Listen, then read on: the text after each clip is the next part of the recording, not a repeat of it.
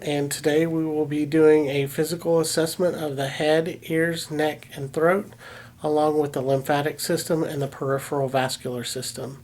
For the sake of convenience, we are going to start off with the head, ears, neck, and throat and move to the lymphatics before we do the peripheral vascular system.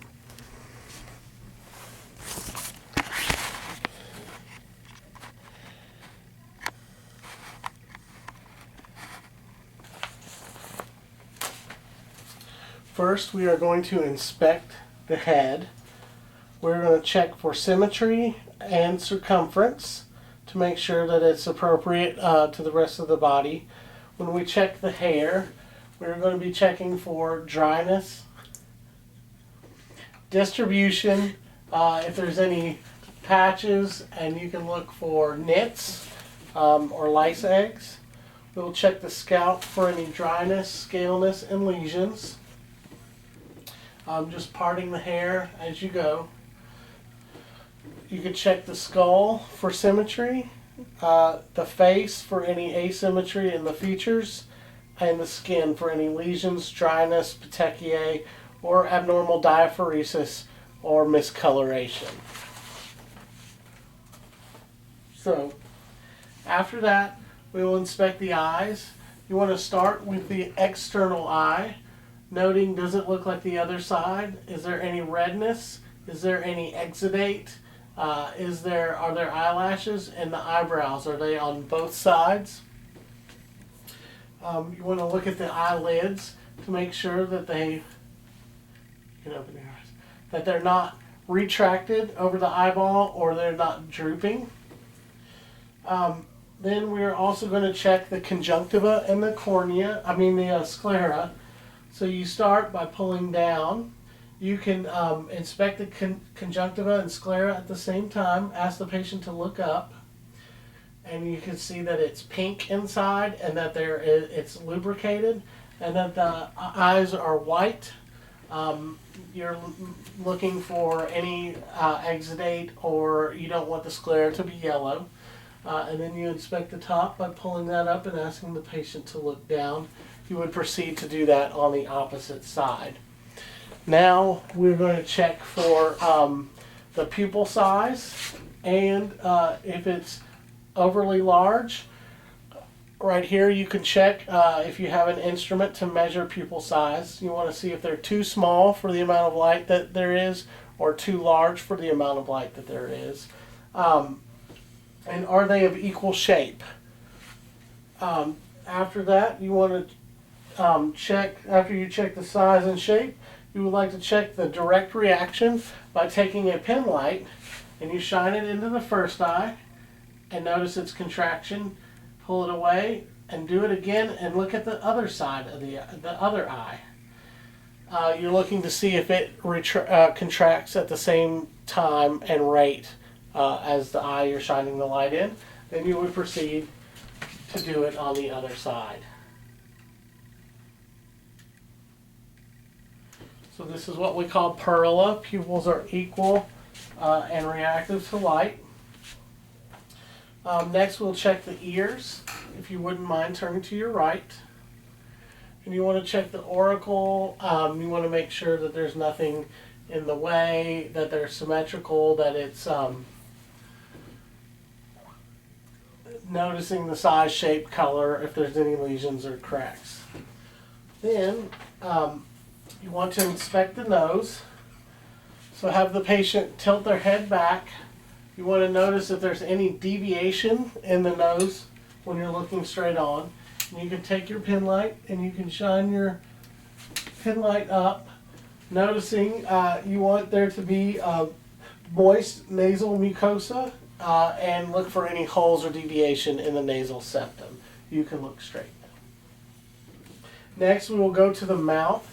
We will look at the lips, if they're symmetrical, if they're moist, if they're red, or if they're dry and cracked. You can ask the patient to open their mouth and check the oral mucosa inside, making sure that there's no white patches or that there's saliva present. At the same time, you can check the roof of the mouth and the hard palate and the soft palate, noting their coloration, and moisture level. Then we're going to check the gums and the teeth. So pull down on the mouth. The gums need to be pink, and you want to notice if they're inflamed or retracted, or if there's any miscoloration or open bleeding. On the teeth, you want to take note of the coloration, if there's any missing, or if they have dentures or just cracked teeth or lots of black spots, and infection. Then you ask the patient to raise their tongue. You want to look at the floor of the mouth, and then ask the patient to lower the tongue and look at the base. You want to notice if there's any, make sure there's the normal bumps on the tongue, looking for white patches or anything else that might be give you clues to a pathological condition. We also, as the patient opens their mouth and drops their tongue, you want to notice the placement of the pharynx in the back of the mouth behind the tonsils. Next, we're going to be inspecting the neck, the trachea, and the thyroid. Ask the patient to open or lift their neck. And you want to be looking for any swelling, discoloration, and sometimes you can provide tangential light to see if there's any abnormal shadows being cast along there to see if there's any swelling. At this point, ask the patient to swallow. And as they swallow, the trachea and the cricoid cartilage should move up when they swallow. Next, in order to palpate the trachea, ask the patient to look to the side that you're going to displace. Turn to the left slightly, and then you take your fingers and you displace the trachea, and then you feel with your left hand and ask the patient to swallow again. All right, and then ask the patient to look to their right, and then you use your left hand this time to displace, and then feel with this fingers on your right hand and ask the patient to swallow again. Then as you feel for the thyroid gland is right under the trachea and the cricoid cartilage. It should not be palpable. So what we're checking for is any enlargement, any tenderness, or any nodules that may be present. From here, we're going to go on to our lymphatic system. And first, we're going to palpate for the preocular and posterior ocular lymph nodes. So the preocular, if you wouldn't mind turning your head to the left, are right here in front of the ear. And you want to feel on the other side as well for a bilateral assessment. Then behind the ears, if you wouldn't mind turning to the right, is the postocular. Then we move on to the occipital, which is behind the head, and they're on either side. And then we go to the tonsillar. If you look, turn to the right, please. The tonsillar are right here, almost at the elbow of the jawline. Then we want to palpate the submandibular, which are along the jawline, and then the submental, right under the chin. Then we go to the posterior cervical. Actually, I missed one. We're going to go back to the superficial cervical. If you ask the patient to look to the right and extend their head backwards a little bit. So right here in the sternomascoid muscle and the clavicle, we're going to be palpating deep for the, or superficial for the cervical, and then the posterior are right down here, and then the deep cervical chain is in between these two. And then right here at the corner of the sternomastoid, at the angle of the clavicle and the sternomastoid muscle, we feel for the supraclavicular nodes. The last lymphatic node is right here in the arm near the brachial pulse. Ask the patient to bend their elbow and feel deep, palpate deep into the elbow for the epitroclear nodes. This concludes the assessment of the head, ears, neck, and throat, and eyes, and the lymphatic system. This is our vascular assessment. We're going to be assessing the upper and lower extremities. Upon inspection, if you hold your arms to the side, both arms, you want to inspect for symmetry, size, shape. Yeah, let's do it that way.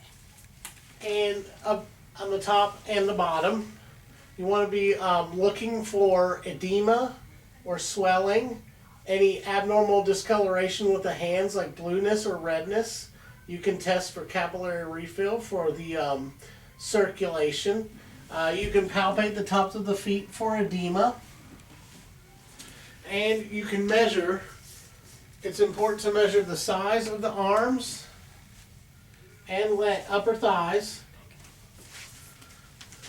so that you can see if they're equal bilaterally. You measure both sides to notice any kind of difference in size that might indicate some kind of occlusion or swelling or the like.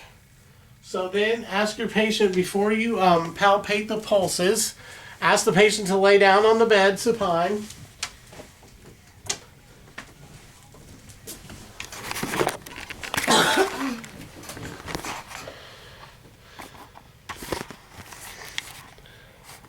You can sit up a little bit, I guess. I don't know how I'm going to...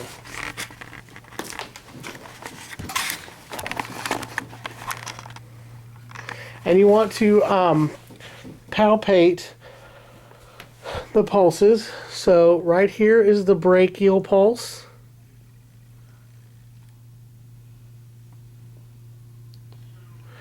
Right here is the radial pulse. Now, the pulses are graded on a 4-point system, and it's important to take them bilaterally so you can notice any differences.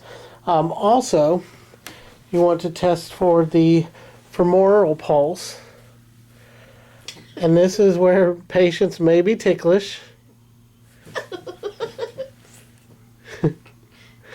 And then the popliteal pulse, which is under the knee, and you may have to press hard. Then we want the posterior tibial pulse. This requires a light touch because if you press deep, you'll not feel it, you'll occlude it. And then you want the dorsalis pedis. Now a special note that the dorsalis pedis pulse on a typical person is a +1, whereas the radial pulses should be a +2. And that would be within defined limits. Thank you very much.